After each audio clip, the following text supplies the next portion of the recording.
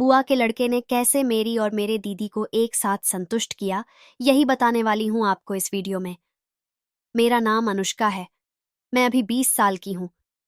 मैं रंग की बेहद गोरी हूं और मेरे रिश्तेदार मेरे मम्मी पापा से कहते रहते हैं कि आपकी बेटी बहुत खूबसूरत है। मैं अपने घर की इकलौती हूं और शायद इसीलिए मैं बहुत बेचैन रहती थी उस चीज के लिए, क्योंकि ना मेरा कोई भाई था ना बहन जो मेरे साथ टाइम पास करे, और खाली समय में मेरे दिमाग में बस वही ख्याल आते थे। 1 साल पहले मेरा कॉलेज में एक बॉयफ्रेंड भी बना, लेकिन जब मैं उससे मिलने उसके रूम पर गई तो उसका रूम बहुत गंदा था। सारा सामान इधर उधर बिखरा पड़ा था। कमरे से सिगरेट की गंध आ रही थी। मुझे उसकी आदतें छपरी लड़कों वाली लगी और इसलिए मैंने उससे ब्रेकअप कर लिया। और अब मुझे कोई ऐसा लड़का नहीं मिल रहा था जिसकी मुझे तलाश थी, जिसके साथ मैं दिल खोल के वो सब कर सकूं जो मैं चाहती थी। मुझे एक स्मार्ट, हैंडसम, समझदार और ऐसा लड़का चाहिए था जो सब कुछ कर सके, जब मैं कहूं तो मना ना करे। और एक दिन ऊपर वाले ने मेरी सुन ली। मेरे मामा जी के लड़की की शादी की तारीख आ गई। मामा की लड़की का नाम काजल है, वो मेरी दीदी लगती हैं। एक दिन उन्होंने मेरी मम्मी के पास कॉल करके कहा, बुआ, मेरी शादी में सिर्फ 1 हफ्ते ही बाकी हैं। आप अनुष्का को लेकर जल्दी हमारे घर आ जाइए, बहुत सारा काम करवाना है। अगले दिन हमने सारा सामान पैक किया। फिर मैं और मम्मी ट्रेन से मामा के घर जाने के लिए निकल गए। वहां पहुंचने के बाद हमारा बहुत भव्य स्वागत हुआ। पूरा घर सजा हुआ था और बहुत सारे मेहमान भी आए हुए थे। वहां मेरी मुलाकात अंकित से हुई। अंकित काजल दीदी का दूर का चचेरा भाई था। वो दिखने में बहुत हैंडसम था और जब वो नहाने जा रहा था तो उसकी बॉडी देखकर ही मैं पिघल गई। मैं समझ गई कि वो जिम जाता होगा और मैं उससे बात करने के लिए पागल होने लगी।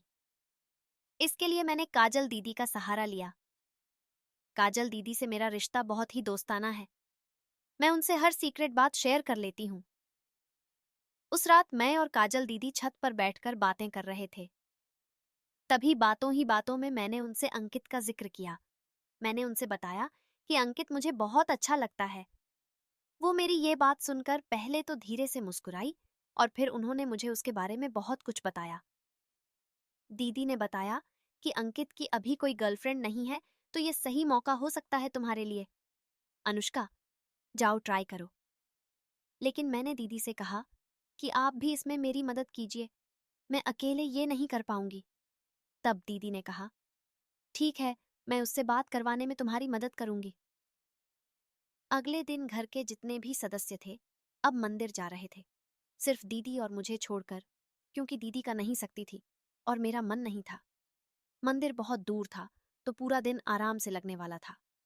अंकित भी जा रहा था, लेकिन दीदी उसके पास गई और बोली, अंकित, तुम घर पे ही हमारे साथ रुको, क्योंकि यहाँ सिर्फ हम 2 लड़कियां ही हैं। अगर कोई बाहर का काम करना हुआ या फिर कोई मेहमान आया तो उसको भी हैंडल करना होगा, इसलिए तुम मत जाओ। अंकित उनकी बात मान गया। जब सब लोग चले गए तो हम तीनों लोग हॉल में बैठकर बातें करने लगे। उस समय पहली बार मैंने अंकित से बात की और वो मुझे बहुत अच्छा लगा। फिर हमने टीवी पर मूवी देखने का फैसला किया। दीदी ने टीवी इन किया और हम तीनों साथ बैठकर मूवी देखने लगे। अचानक से मूवी में वो वाला सीन आ गया और टीवी का रिमोट मिल ही नहीं रहा था। उस समय मुझे तो बहुत मजा आ रहा था और वो सीन काफी देर तक चला। दीदी भी शर्माने लगी और अंकित तो शर्म के मारे हमारी तरफ देख ही नहीं रहा था। तभी अचानक लाइट चली गई और टीवी बंद हो गई। अब तीनों लोगों के दिमाग में वही सीन चल रहा था। हम तीनों एक सोफे पर साथ में बैठे थे। मैं बीच में बैठी थी और मेरे बाएं तरफ अंकित था और दाहिने तरफ काजल दीदी। मेरी नजर थोड़ा नीचे गई तो मैंने देखा अंकित का डंडा बड़ा ही गया था। मैंने दीदी को भी इशारे से दिखाया और दीदी ने उसका डंडा पकड़ लिया। फिर क्या था दोस्तों, मजा ही आ गया।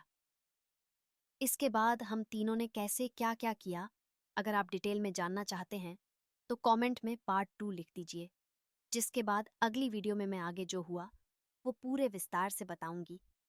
तो आने वाली वीडियो देखने के लिए इस वीडियो को लाइक करके इस स्टोरी एक्सपीरियंस चैनल को सब्सक्राइब कर लीजिए। मैं फिर मिलूंगी अगली वीडियो में।